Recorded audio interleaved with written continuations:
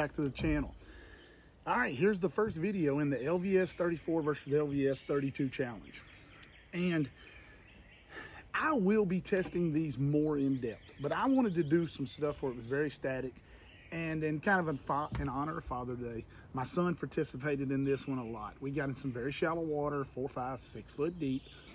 And he wanted to go swimming at the river, and I thought, what a great time to test, to see what a individual and just the bottom looked like in period. I mean, we're going to look at a whole lot of stuff with the LVS34 and the LVS32. He's in the water, he's walking around, so you got to get to see both, and you'll be able to see, you know, kind of, I will say this, the LVS34, a little bit crisper bottom, not quite as much beam stitching in the perspective mode. But to me, the LVS32, my son showed up a little bit better. I don't completely understand why that is. He was a little bit more visible, but the bottom, now granted, the angle was slightly different, and that could have had a big part to do with it. But if I'm going head to head and I'm rating these in this video right here, I'm going to say the LVS34 had a slight advantage in crispness, slight advantage in beam stitching, but some of the objects like my son and the fish, slight advantage to the LVS32. So let's dive into that. Let's take a look at it, and you tell me what you think in the comments. Okay, in this video, we're going to do a little bit more with the 34 than we do the 32, just because we've seen the 32 so many times in my videos. The bottom detail, beautiful.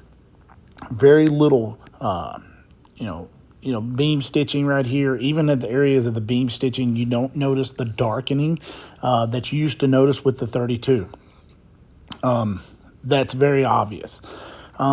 You can notice these little lines in the water right here. What those are is skeg marks. The water is very shallow. It's about 4.5 foot at the back of the boat. Very, very shallow. Now, I'm moving around a lot just because I'm wanting to see different things. But, and you'll notice that my son is finna come into the frame right here. And when he comes into the frame, there he is right in the center of the screen. He's standing up. You can see his legs kind of moving. They're literally right in the middle of the screen. I'm out at about 35 feet, and I zoom in to about 25. Now, immediately when I did that, I noticed that the gain really brightened heavily, and I never did adjust it.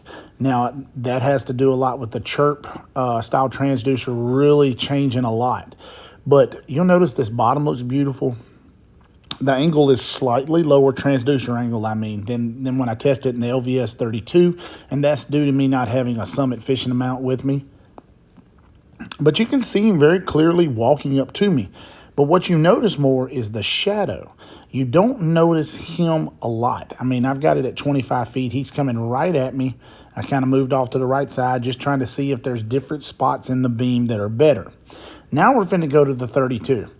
Notice I got a higher beam angle. But one thing that is different is I do have a slightly higher gain, but I want you to notice the definition of him in the water. This is the same spot. I literally told him to be still, and I switched it over to the other transducer.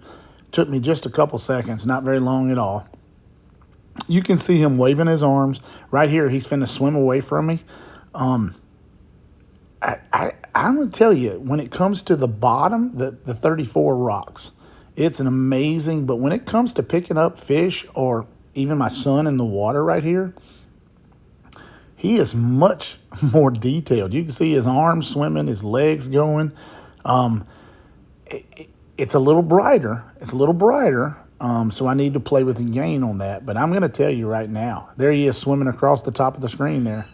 It's just amazing. So guys, we'll be doing this all week long. This is probably going to be a 3, 4, 5 video series.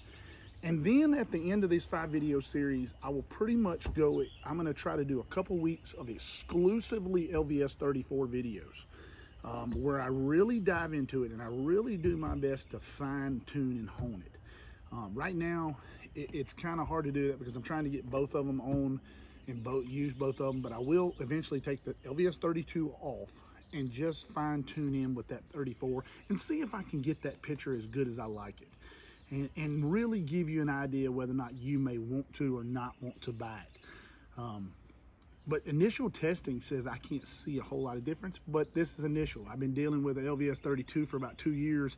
I've been dealing with the 34 for about 2 days, you know, so let's hold back judgment before we go crazy and say the LVS34 is not that much better, because I haven't dialed in those fine-tuned settings yet. But guys, thanks for watching. Thanks for subscribing. I hope you enjoy this whole series. It's going to be really fun to do.